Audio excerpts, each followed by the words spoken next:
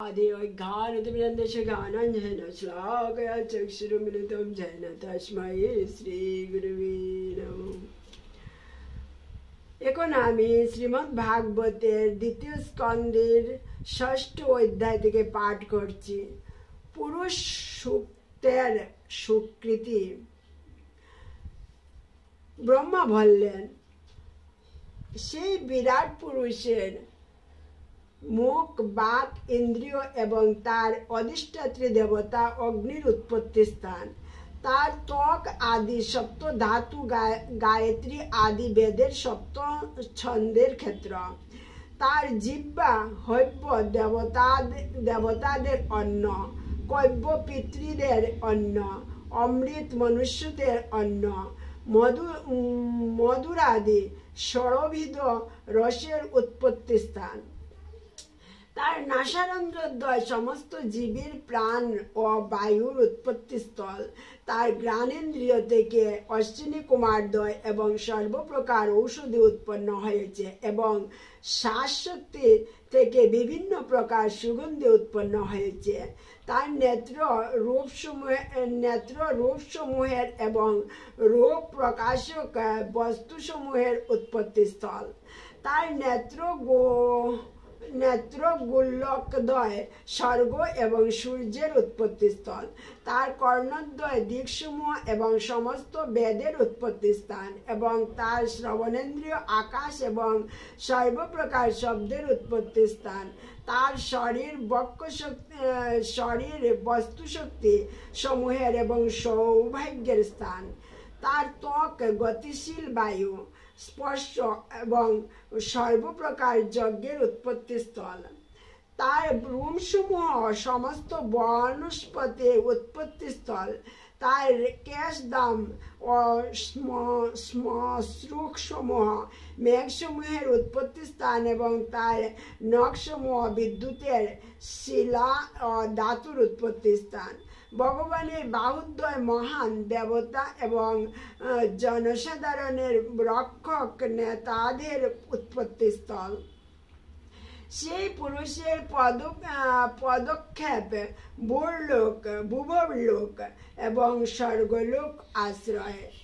স্বর্গলোকের আশ্রয়, তাই শ্রীপাদ পদ্ম আমাদের সকল প্রকার প্রয়োজনীয় বস্তুসমূহকে রক্ষা করে, সর্বপ্রকার ভয় থেকে রক্ষা করে এবং সর্ববিধ কাম ও সকল প্রকার কর আশীর্বাদের আশ্রয়স্থল, ভগবানের জননেন্দ্রিয় থেকে জল, বীর্য, জনন, সৃষ্টি এবং প্রজাপতিদের উৎপত্তি হয়েছে, তার জননেন্দ্রিয় সমস্ত সুখের কারণ এবং জননের ক্লেশকেও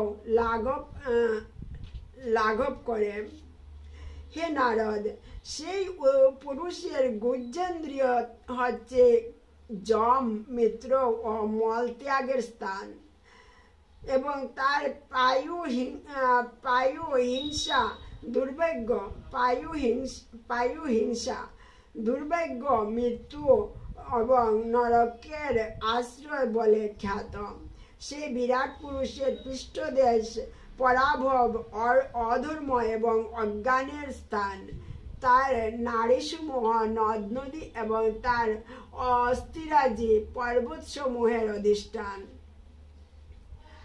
সেই বিরাট পুরুষের নির্বিশেষ রূপ মহাসাগর সমূহের আশ্রয়স্থল,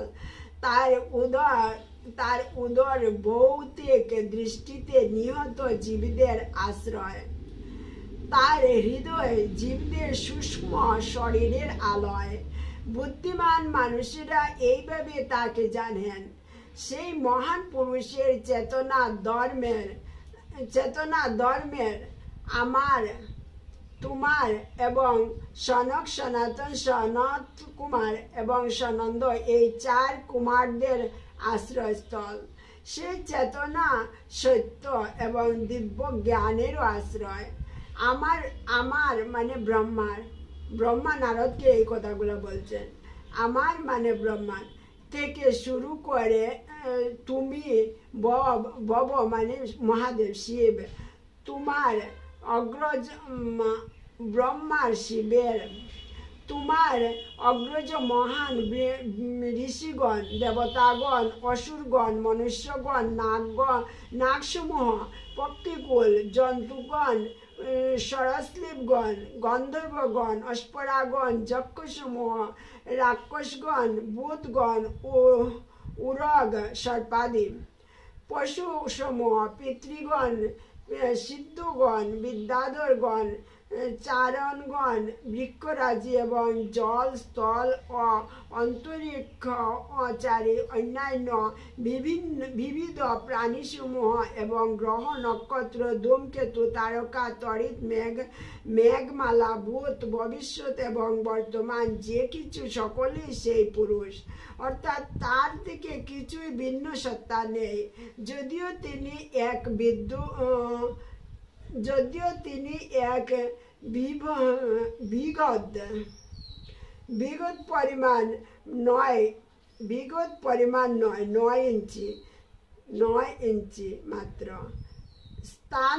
স্থান মাত্রে অধিষ্ঠিত, 9 ইঞ্চি স্থান মাত্রে অধিষ্ঠিত, তথাপি তিনি এই বিশ্বকে আবৃত করে আছেন। সূর্য যেমন বিকিরণের মাধ্যমে অন্তর এবং বাহির উভয়েই আলোকিত করে, তেমনি সেই পরম পুরুষ বিরাট রূপ প্রকাশ করেন, ব্রহ্মাণ্ডের অন্তরে এবং বাহিরে সব কিছু পালন করেন।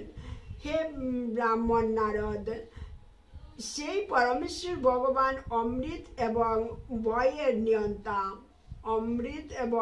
অভয়ের নিয়ন্তা। তিনি মৃত্যু এবং জড়জগতের সকাম কর্মের অতীত।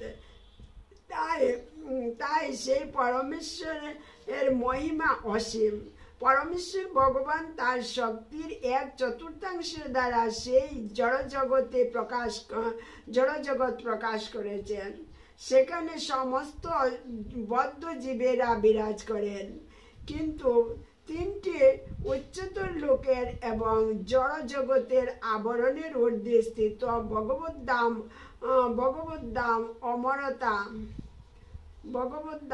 অমরতা, নির্ভরতা এবং জড়া ও ব্যাধির উৎকণ্ঠা থেকে মুক্ত নিত্য নিবাস চিৎজগৎ, যা ভগবানের শক্তির 3/4 তা জড়জগতের বাইরে অবস্থিত এবং সেই স্থান তাদের জন্য যাদের কখনো পুনর্জন্ম হবে না। আর যারা সংসার জীবনের প্রতি আসক্ত এবং কঠোর ব্রহ্মচর্য ব্রত পালন করে না, তাদের জড়জগতে ত্রিলোকের মধ্যেই থাকতে হয়। সর্বব্যাপ্ত পরমেশ্বর ভগবান তার শক্তির প্রভাবে যারা জড়জগতের উপর আধিপত্য করতে চায় এবং যারা ভগভক্তি পরায়ণ উভয়ের পরম নিয়ন্তা, তিনি সর্ব অবস্থাতেই অজ্ঞান এবং বাস্তবিক জ্ঞান উভয়েরই পরম প্রভু। সেই পরমেশ্বর ভগবান থেকে সমস্ত ব্রহ্মাণ্ড, জড় জগৎ, উপাদান, গুণ এবং ইন্দ্রিয় সমন্বিত বিরাট রূপ উদ্ভূত হয়েছে। তথাপি তিনি সেই সমস্ত জড় প্রকাশ থেকে সম্পূর্ণ স্বতন্ত্র, ঠিক যেমন সূর্য তার কিরণ এবং তাপ থেকে ভিন্ন থাকে।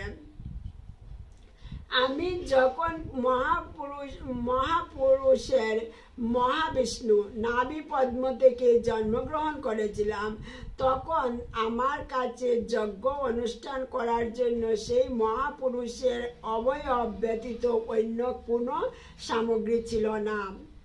যজ্ঞ অনুষ্ঠানের জন্য যথোপযুক্ত কাল সহ বসন্ত, পুষ্প, পত্র, কোষ ও যজ্ঞভূমি, এই সমস্ত যজ্ঞ সামগ্রীর প্রয়োজন হয়। যজ্ঞ অনুষ্ঠানের জন্য সমস্ত উপকরণগুলি হচ্ছে পাত্র, শস্য, ঘৃত, মধু, স্বর্ণ, মৃত্তিকা, জল, ঋগ্বেদ, যজুর্বেদ, সামবেদ এবং যজ্ঞ সম্পাদনকারী 4 জন পুরোহিত। যজ্ঞের অন্যান্য প্রয়োজনগুলি হচ্ছে বিভিন্ন নাম বিশিষ্ট মন্ত্র, ব্রত মন্ত্র ব্রত এবং দক্ষিণার দ্বারা বিভিন্ন দেবতাদের আহ্বান করা। এই আহ্বান বিশিষ্ট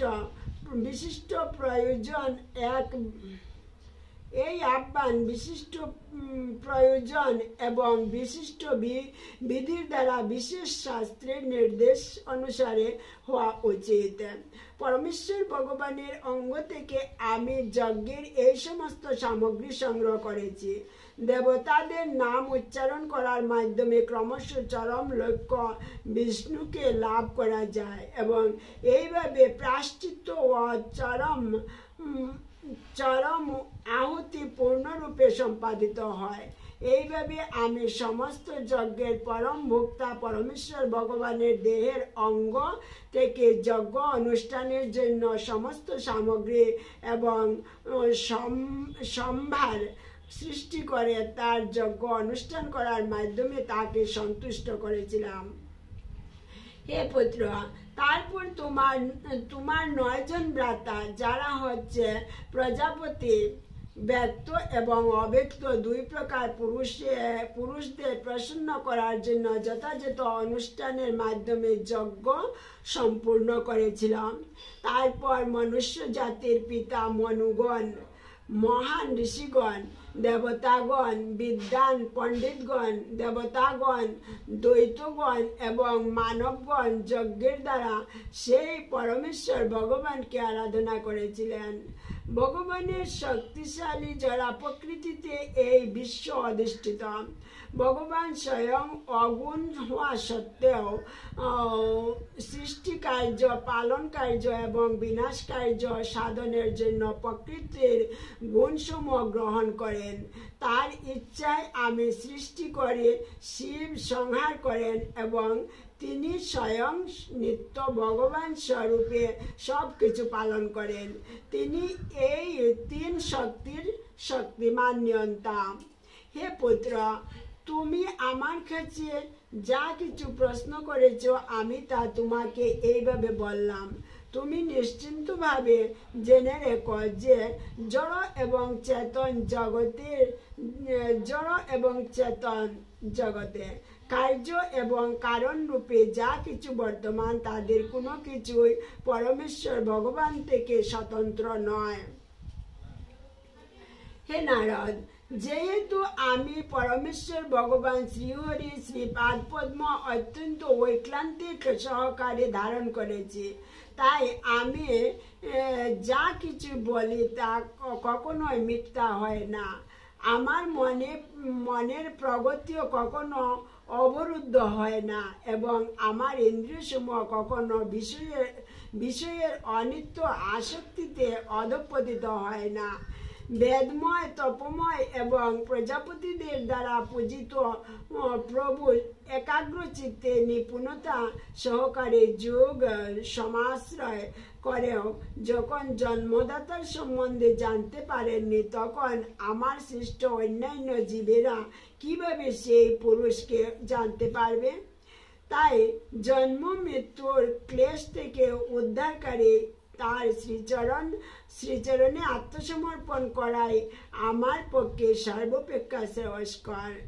এই আত্মসমর্পণ সর্বমঙ্গলময় এবং তার ফলে সর্বপ্রকার সুখ লাভ হয়। আকাশ যেমন নিজেই নিজের অন্ত পায় না, তেমনি ভগবানও তার সীমা অনুমান করতে পারেন না। অতএব অন্যান্যরা কিভাবে তা করতে পারে? যেহেতু আমি, তুমি এবং শিব সেই চিন্ময় আনন্দের অবধি অনুমান করতে পারি না, অন্য দেবতারা তা কিভাবে জানবে? যেহেতু আমরা সকলেই ভগবানের মায়ার দ্বারা বিমোহিত, তার মায়া বিনির্মিত এই বিশ্বকে আমরা আমাদের নিজ নিজ ক্ষমতা অনুসারে দর্শন করি। আমরা সেই পরমেশ্বর ভগবানকে আমাদের সশ্রদ্ধ প্রণতি নিবেদন করি, যার অবতার এবং কার্যসমূহ আমরা মহিমা কীর্তনের জন্য গান করি। যদিও তার স্বরূপে তাকে পূর্ণরূপে জানা প্রায় অসম্ভব। সেই আদি পুরুষ পরমেশ্বর ভগবান শ্রীকৃষ্ণ জন্মরহিত হওয়া সত্ত্বেও প্রথম অবতার মহাবিষ্ণু রূপে নিজেকে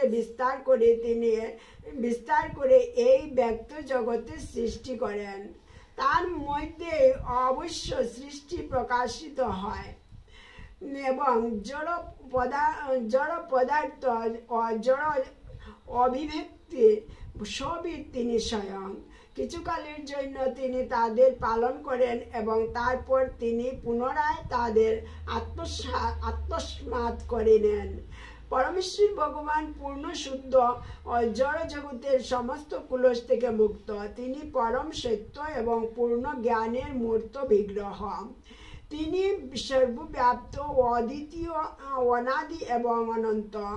হে মহর্ষি নারদ, মহান মুনিরা সব রকম জড় কামনা বাসনা থেকে মুক্ত হয়ে যখন অবিচলিত ইন্দ্রিয়ের শরণ গ্রহণ করেন তখন তাকে জানতে পারেন।